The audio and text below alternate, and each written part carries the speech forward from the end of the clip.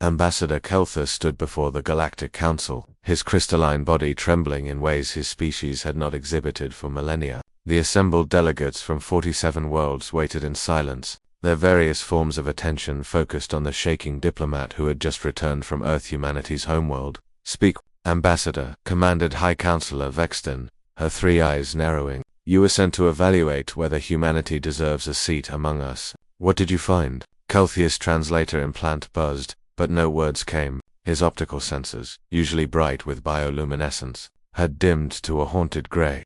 "They're monsters," he finally whispered. 3 weeks earlier, Jennifer Martinez wiped the sweat from her forehead as she adjusted the plasma torch, carefully welding the hull breach on Sector 7 of the orbital station. Outside her helmet's visor, Earth hung like a blue marble against the infinite black, beautiful and fragile.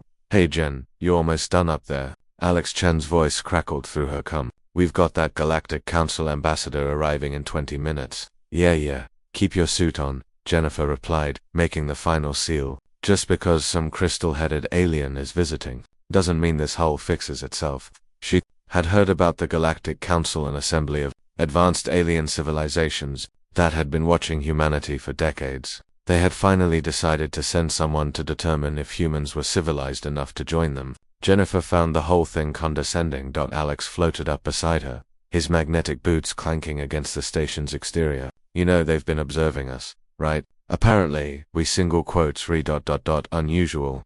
"Unusual how?" Jennifer asked, packing her tools. "Unusual as in, most species don't survive on death worlds. Unusual as in, we're the only ones crazy enough to strap explosives to our backs and ride them into space. Unusual as in, yeah, I get it. We're the weird ones." Jennifer rolled her eyes. "Come on, let's go meet our judgmental visitor." Ambassador Kelthor materialized in the station's docking bay, his translucent form shimmering. He had visited 73 different worlds, met hundreds of species. He considered himself unshakable. The first thing that struck him was the gravity. Earth's gravity was 1.3 times what the Council considered standard survivable conditions. These humans lived under constant pressure that would exhaust most species within days. Jennifer and Alex approached, their bulky suits making them look even more intimidating. When they removed their helmets, Kelthor noticed something that made his core temperature drop. They were smiling. They had just been working in the void of space, where one wrong move meant death, and they were smiling. "Welcome to Station Unity, Ambassador," Jennifer said, extending her hand, another human gesture he'd been warned about. Physical contact. Most species found it primitive. Kelthir extended a crystalline appendage, and Jennifer shook it firmly. The pressure was ...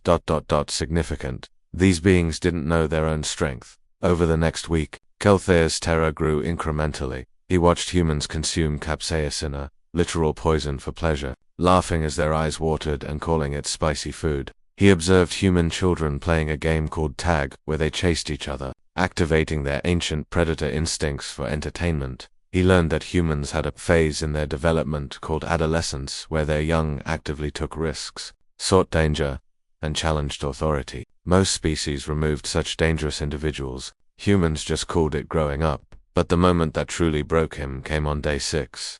The station's alarms blew. A solar flare had damaged one of the primary coolant systems. Radiation levels in Section 12 were approaching lethal levels.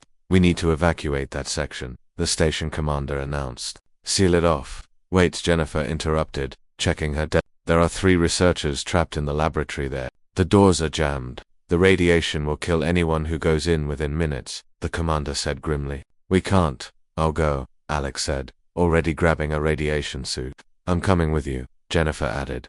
Kelthor watched in horror as the 2 humans suited up, checked their dosimeters and ran toward almost certain death. The rest of the crew didn't even try to stop them. They just whispered encouragement. "Good luck. Come back safe. We'll have medical ready." This was madness. This was suicide. This was 8 minutes later. Jennifer and Alex emerged with the 3 researchers. All 5 were alive, though their radiation badges showed exposure levels that would hospitalize any council species for months. They were taken to medical bay immediately. Kelthor followed, his form barely maintaining cohesion. In the medical bay, he heard Jennifer arguing with the doctor. "I'm fine. Just give me the anti-radiation meds and let me get back to work." "You need to rest," the doctor insisted. "People need me," Jennifer shot back. The station's still running on backup power. Alex and I can fix it. They nearly died. They absorbed enough radiation to kill most beings, and they wanted to go back to work. Later that night, Kelther found Alex in the observation deck, staring at Earth. Why? Kelther asked. Why would you risk your life like that? Alex looked at him, genuinely confused. Because they needed help. But you could have died. Yeah, Alex shrugged. But I didn't, and now those 3 people get to go home to their families. Seems like a fair trade. Your species is insane, Kelther whispered.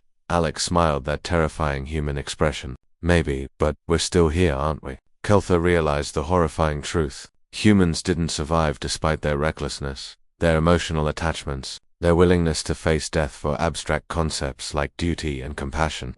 They survived because of it. They were persistent predators on a cosmic scale. They were beings who stared into the void and laughed. They were creatures who would sacrifice themselves for strangers without hesitation. They were the monsters who chose to be heroes. Present-day recommendation. High Counselor Vexton demanded. Kelthier's form stabilized slightly. Grant them full membership immediately. Another counselor asked. You seem terrified of them. I am, Kelther admitted. But I would rather have humanity as our ally than our enemy. And if we reject them, he paused, remembering Jennifer's determined smile. Alex's casual bravery, ... They single quotes LL find their own way to the stars anyway. They always do. The council voted unanimously. Humanity had passed the test not by proving they were civilized, but by proving that sometimes, civilization needs a little madness to survive. The end.